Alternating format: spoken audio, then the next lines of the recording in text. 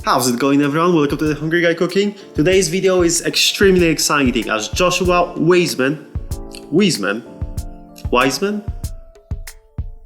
Joshua W decided to take on the Scandinavian giant and has challenged IKEA's meatballs. My experience with IKEA meatballs was always very positive.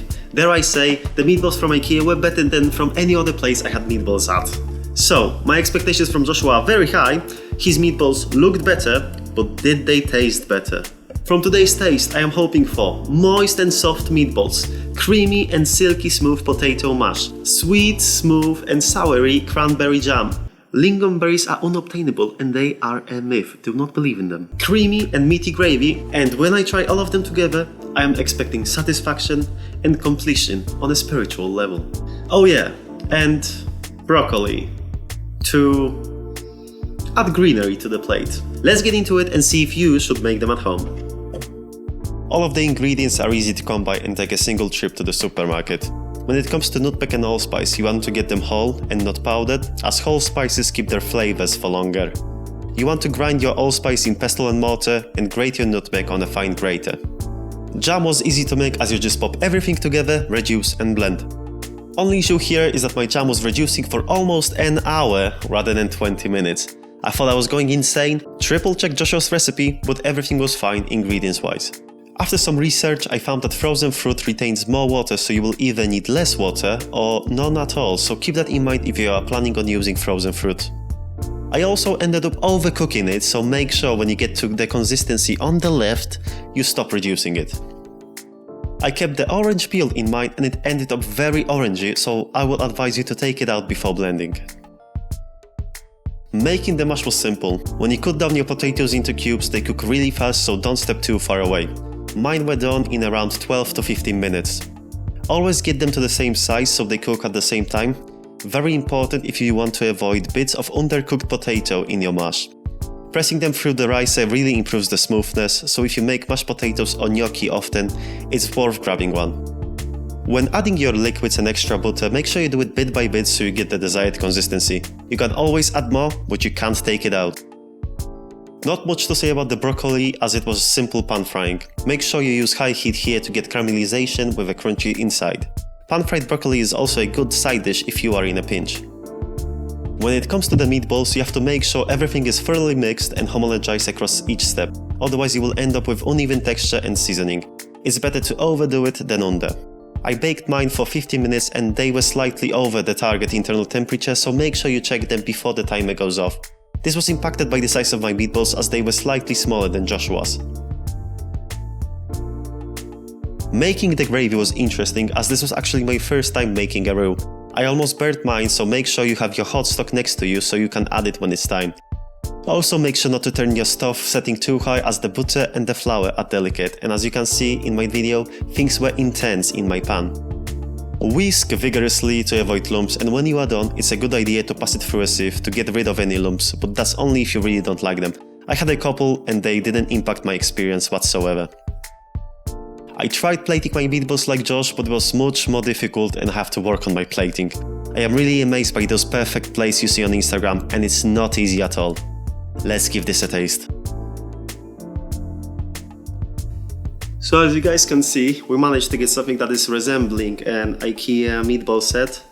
However, I cannot remember ever seeing broccoli in IKEA in UK. However, it might be a US thing, or maybe I just ignored it because I would never take broccoli. It looks appetizing, very much so. My meatball forming could be better, and my sauce is much lighter than Joshua's. I'm wondering if it's because of my stock or if it's because I messed it up when I was preparing it. Let's try each of the items first individually, and then we will take the perfect bite, hopefully. Okay, let's start off with the broccoli. I mean, there's not much to expect here. However, I never pan fried broccoli, so I'm curious to see how it will taste.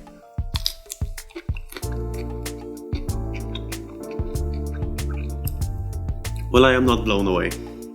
It is still broccoli, by itself, with some salt and lemon. Nothing more to say.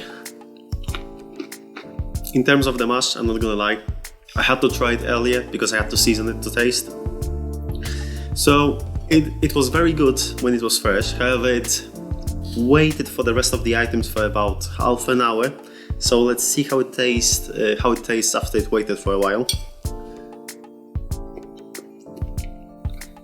It is still very tasty and creamy, very buttery and very smooth. When you press the potatoes through the rice, it does smooth them out, allowing you to get that very smooth mashed potato texture. However, they are cold now, but they are still great. Let's taste the jam.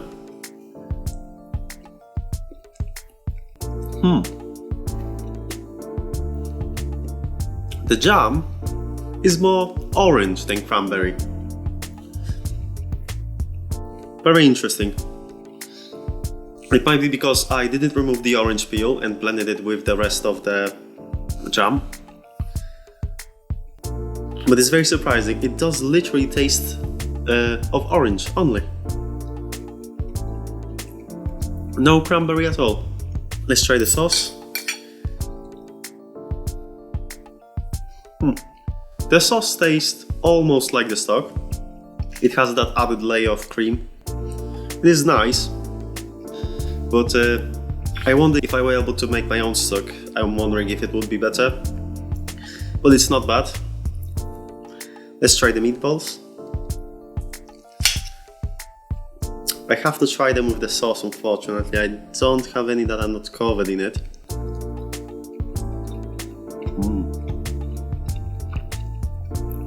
Very interesting. The meatballs are soft and moist, and they taste very similar when you try them with the sauce. I'm very surprised because in previous recipes that were recreating the IKEA meatballs, the taste was nowhere near. However, this is very comparable. So, I mean, props to Josh. So let's try potato, meatballs, sauce, and jam together. Hopefully, we will get that ultimate satisfaction.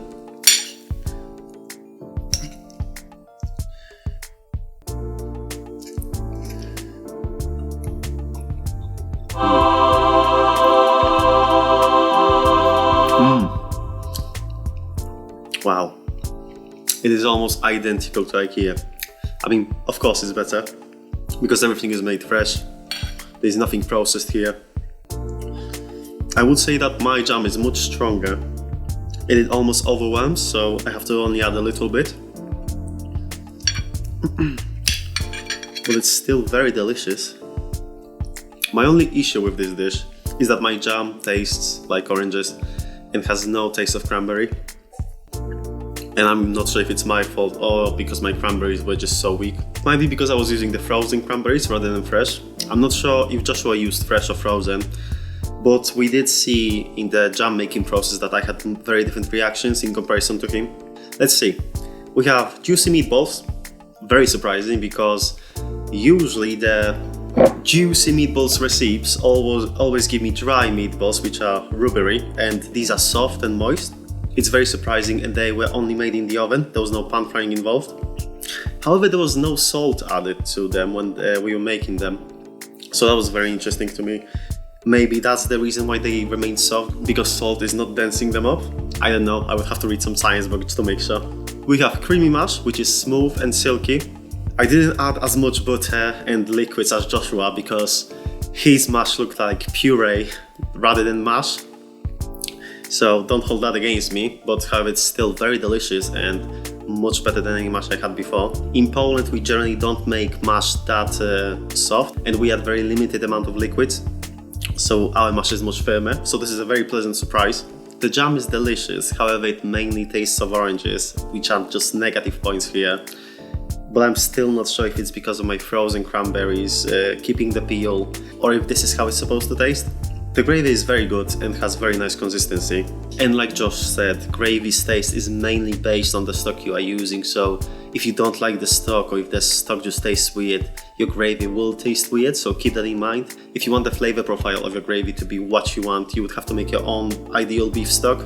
And the most important, when you combine all of these together in a single bite, they do taste amazing, and you get that satisfaction like you did in IKEA without walking all day throughout their huge store.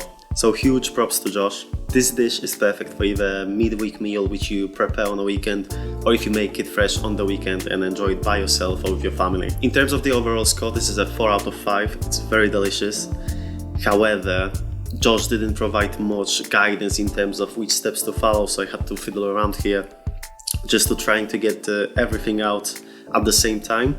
And in his video he did start off with the jam. I mean, that was fine because we want the jam cold. However, we then moved to mashed potatoes, then to the broccoli, then to the meatballs, and lastly to the gravy. By the time you finish the gravy, most of your items would be cold, so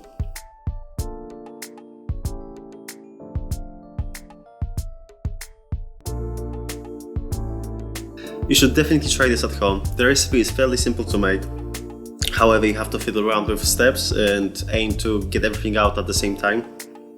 Even if you are not a fan of IKEA meatballs, you should try this, even if it's for understanding how to make a gravy, how to make moist and soft meatballs, which is, I think, the biggest takeout from this recipe. Silky and smooth mashed potatoes, and a quick and simple jam from cranberries, or I guess you could use any other fruits. I'm gonna find about that in the future. Thank you everyone for watching. I hope you enjoyed the video. If not, I hope you at least learned something. If you did enjoy the video, leave a like below and I'll catch you later.